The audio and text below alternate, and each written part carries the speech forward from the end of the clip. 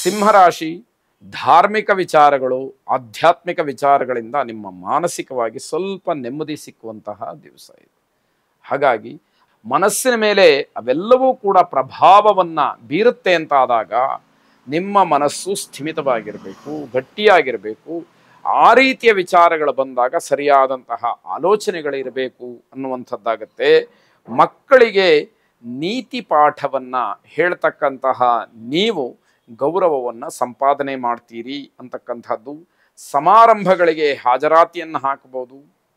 ಮತ್ತು ಬೇರೆ ಬೇರೆ ಕೆಲಸಗಳಲ್ಲೂ ಕೂಡ ನಿಮ್ಮನ್ನು ನೀವು ತೊಡಗಿಸ್ಕೊಳ್ತಕ್ಕಂತಹ ದಿವಸ. ನಿಮ್ಮ ಉದ್ಯಮದಿಂದ ಬೇರೆಯವರ ಪರಿಚಯವಾಗುತ್ತೆ. ಅದು ನಿಮಗೆ ಅನುಕೂಲಕ್ಕೆ, ಭವಿಷ್ಯದಲ್ಲಿ ಯಾವುದೋ ಒಂದು ಒಡಂಬಡಿಕೆಯನ್ನು ಮಾಡಿಕೊಳ್ಳೋದಕ್ಕೆ ಅನುಕೂಲ ಆದರೂ ಆಗಬಹುದು ಅನ್ನುವಂಥದ್ದು. ನಿಮ್ಮ ಕೆಲಸ, ನಿಮ್ಮ ನಿರಂತರ ಪರಿಶ್ರಮ, ಹಾಗೆ ನಿಮ್ಮ ಸಾಧನೆ, ಇದೆಲ್ಲದಕ್ಕೂ ಕೂಡ ವಿಶೇಷವಾದಂತಹ ಮಾನ್ಯತೆ ಇದೆ. ಆರ್ಥಿಕವಾದಂತಹ ಬಿಕ್ಕಟ್ಟು ಕಾಣುತ್ತೆ. ಹಣಕಾಸಿನ ವಿಚಾರದಲ್ಲಿ ಸ್ವಲ್ಪ ಮಟ್ಟಿಗೆ ಸಮಸ್ಯೆಗಳನ್ನು ಎದುರಿಸಬೇಕಾದಂತಹ ದಿವಸ. ಕುಬೇರ ಲಕ್ಷ್ಮಿಯನ್ನು ವಿಶೇಷವಾಗಿ ಪ್ರಾರ್ಥನೆ ಮಾಡಿ ಆರ್ಥಿಕ ಮುಗ್ಗಟ್ಟು ನಿವೃತ್ತಿಯಾಗಲಿ ಅಂತ ನಿಮ್ಮ ಪ್ರಾರ್ಥನೆ ಇರಲಿ. ಶುಭವಾಗಿ. ಕನ್ಯಾ ರಾಶಿ, ನಿಮ್ಮ ವೈಯಕ್ತಿಕವಾದಂತಹ ವಿಚಾರಕ್ಕೆ ಬೇರೆಯವರ ಸಲಹೆಯನ್ನು ತೆಗೆದುಕೊಳ್ಳುವಂಥದ್ದು ಬೇಡ.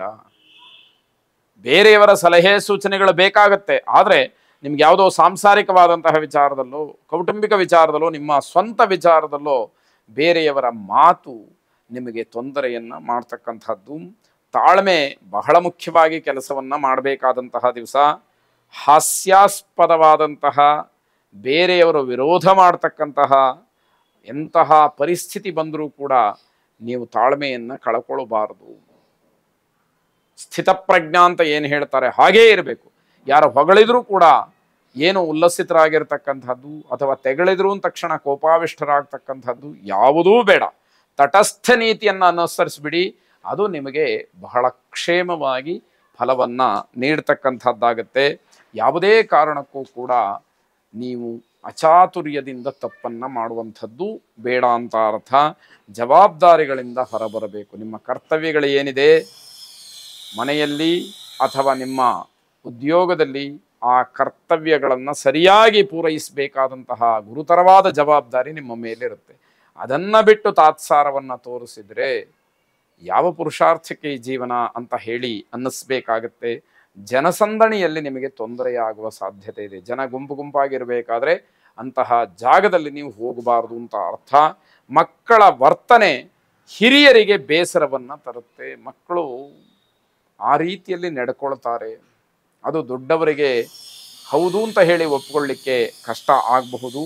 ಆಂಜನೇಯನನ್ನು ಪ್ರಾರ್ಥನೆ ಮಾಡಿ. ಬುದ್ಧಿರ್ಬಲಂ ಯಶೋಧೈರ್ಯಂ ನಿರ್ಭಯತ್ವ ಮರೋಗತ ಅಜಾಡ್ಯಂ ವಾಕ್ಪಟುತ್ವಂಚ ಹನುಮಾತ್ ಸ್ಮರಣಾತ್ ಭವೇತ್ ಎಂಬುದಾಗಿ ನಿಮ್ಮ ಪ್ರಾರ್ಥನೆ ಇರಲಿ. ಆಂಜನೇಯನ ರಕ್ಷೆ ನಿಮ್ಮ ಮೇಲಿರಲಿ. ಶುಭವಾಗಿ. ತುಲಾರಾಶಿ, ರಾಜಕೀಯ ಪ್ರಭಾವ ತುಂಬ ಕೆಲಸ ಮಾಡುವಂತಹ ದಿವಸ.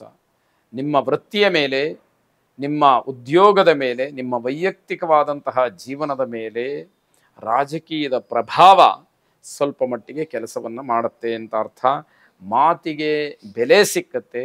ಕೆಲಸವೂ ಕೂಡ ನಿಮ್ಮದು ಆಗುವಂಥದ್ದಿದೆ. ವೃತ್ತಿಯಲ್ಲಿ ಅನುಕೂಲ ಇದೆ, ಆದರೆ ತುಂಬ ಪರಿಶ್ರಮವನ್ನು ಪಡಬೇಕಾದಂಥದ್ದು ನಿಮಗೆ ಅಲ್ಲಿ ಕಾಣ್ತಾ ಹೋಗುತ್ತೆ. ಆರೋಗ್ಯದ ಬಗ್ಗೆ ಸುಧಾರಣೆ ಇದೆ, ಅದನ್ನು ಹಾಗೇ ಕಾಪಾಡಿಕೊಳ್ಳಿ. ಪ್ರೇಮಿಗಳಿಗೆ ಉತ್ತಮವಾದಂತಹ ನಿರ್ಧಾರವನ್ನು ತೆಗೆದುಕೊಳ್ಳೋದಕ್ಕೆ ಬಹಳ ಒಳ್ಳೆಯದಾದಂತಹ ದಿವಸ ಇದು.